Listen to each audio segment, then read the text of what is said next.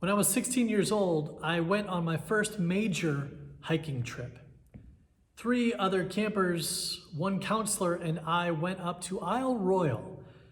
Isle Royale is the largest island in the largest freshwater lake in the world, Lake Superior.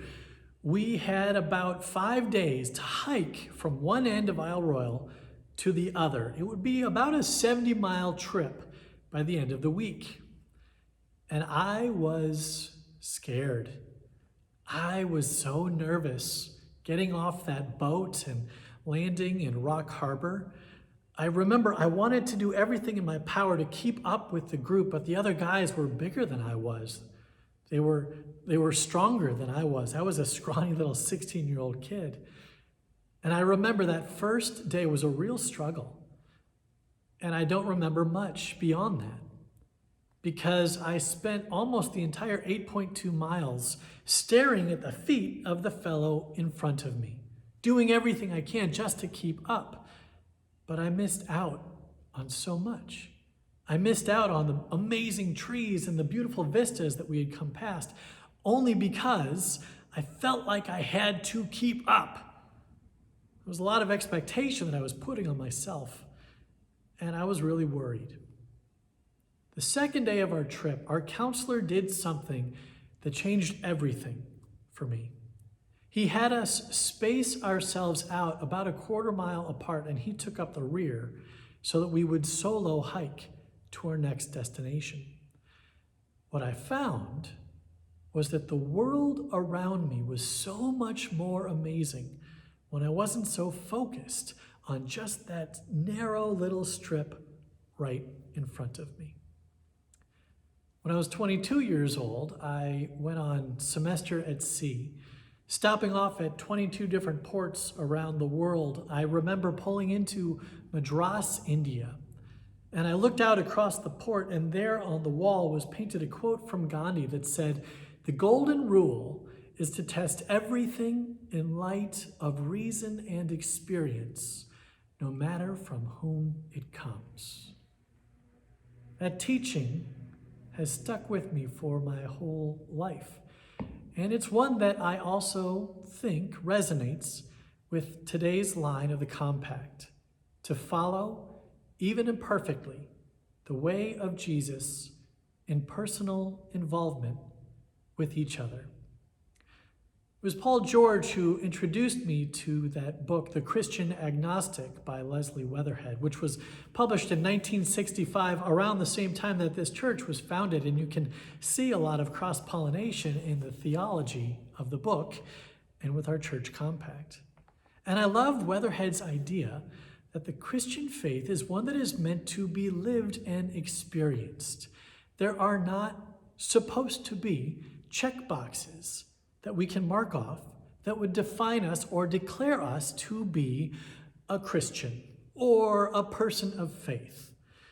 And I don't know about you, but this time of quarantine has shined an extra bright spotlight on many of the mantles that I have worn in my life and forced a renegotiation of my understandings of all of those definitions. For example, I wear the mantle of Christian. I believe that I am a Christian.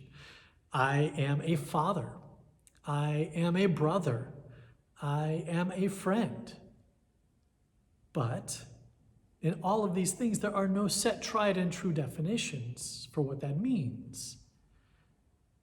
Yes, I am a father, but not in a priesty way. Yes, I am a brother. I have 2 siblings. Wonderful siblings, but I also call many of you my brother, and I consider you to be like my brother. I am a friend. Sometimes I'm a very good friend. I remember to call on the anniversaries of your mother's death. I remember to reach out when you're going through difficult times, and I remember to invite you over to have a dinner with us on occasion. But sometimes I forget. Sometimes I forget those important anniversaries in my life. Sometimes I forget to invite you to the party. Sometimes I forget to respond to your emails. You know this about me. I am a father, a husband. In some ways, I'm a wonderful husband. I love to clean the kitchen. I love to make meals for my family. I love to take care of my kids and take our dog for a walk, although I'm still negotiating my relationship with my dog. I love to bring flowers and offer compliments to my spouse. But at times, I am also lazy, disorganized, messy. I need my space. I'm withdrawn. I don't always like to walk the dog. And to be totally honest, sometimes I bring those flowers just for me. I love flowers. But what I have found in all of these negotiations is that there are no tried and true right ways to be a certain thing or to do a certain thing, which is why I love that phrase that was included in our compact, to follow even imperfectly. Perfection is something that I sometimes struggle with in my life, and maybe you do too. I want to be the best pastor or preacher or friend or spouse, and I know that sometimes I just fall short. This time of quarantine, I had so many dreams and expectations for what I was going to be able to do, and I don't think I've done hardly any of them. I was going to read more for pleasure. I've read a book. I was going to clean my house and clean my closet, but, we can't deliver things to hospice, so I might as well just put that stuff off. I was going to create the Bachman family band with my kids, and that hasn't happened yet either. I have all of these hopes and dreams and expectations for how I should be and how I want to be, and I need to give myself permission not to be. I think some of you do too. As I have come to this new understanding of my relationship with God, the perspective shift that has happened for me in this time is this. I love this notion, this idea that God came in human form, and I think that was to experience all that we experience. And so what I think God would most appreciate in this time is for us to live into those experiences to the best of our abilities, to live into the beautiful ways that we might enhance our intimacy with one another through beautiful questions to our spouse or to our children or to our dog or to our friends, to get to the heart of the sadness that we carry. The world is a scary and sad place right now. It's okay if it feels like we just can't get out of bed to face it in the morning. That's okay. We need to give ourselves permission to do that. I feel like God wants us to dig into those moments of melancholy and sadness because I think God wants to experience those things with us and through us too. I think that God wants us to be really curious right now, curious about life and the workings of it, and not the stupid political things that might be transpiring in the world, but more how the shift in the season has brought the pollen away, but brought the love bugs back, how the flowers blossom and bloom over days, how it feels to walk out in the midst of a thunderstorm, how wonderful it is to keep those windows open and smell that springtime air as it still lasts before summer descends, how wonderful and amazing it is to dance in the moonlight. These are places where I feel like we're being called right now, away from check boxes of faithful living and into a deeper perspective on the depth of life.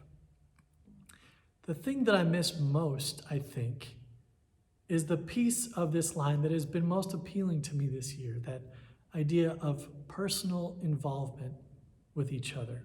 I miss you. I miss seeing you. I miss being with you. And I've learned how important it is to be together. I saw two of you on a bike ride the other day. Mike and Suzanne were on the other side of the street, and we waved at each other as if we were waving at our most beloved person in the universe. Hello! It felt so good just to see each other. And I think when we gather together again, I hope that energy and that excitement and that joy will still be there. Classifying or clarifying what it means to be a Christian is really a big and beautiful unknown. But what is known and what can be known is where and how we can live into our faith in best community with one another and with ourselves. I mean, that's an important piece in all of this, too. We need to go easy on ourselves and not heap so many expectations on ourselves and who we think we're supposed to be. Perfect is the enemy of good enough, my father-in-law likes to say. And he's a military man. That's not very common to hear from a military man, but I like that idea. We need to give up our sense, our notions of perfection and embrace the imperfection.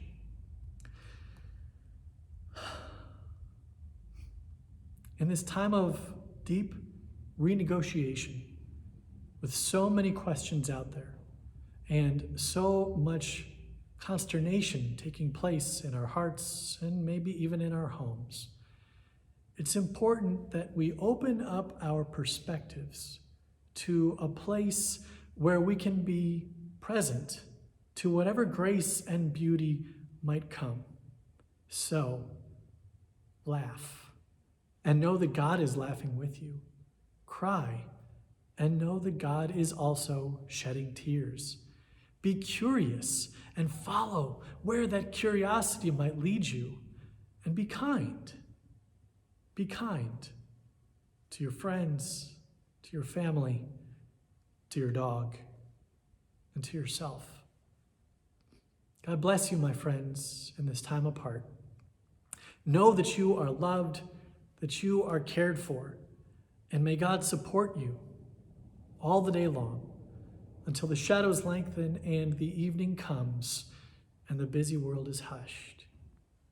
Then may God grant you rest and peace and hope for tomorrow.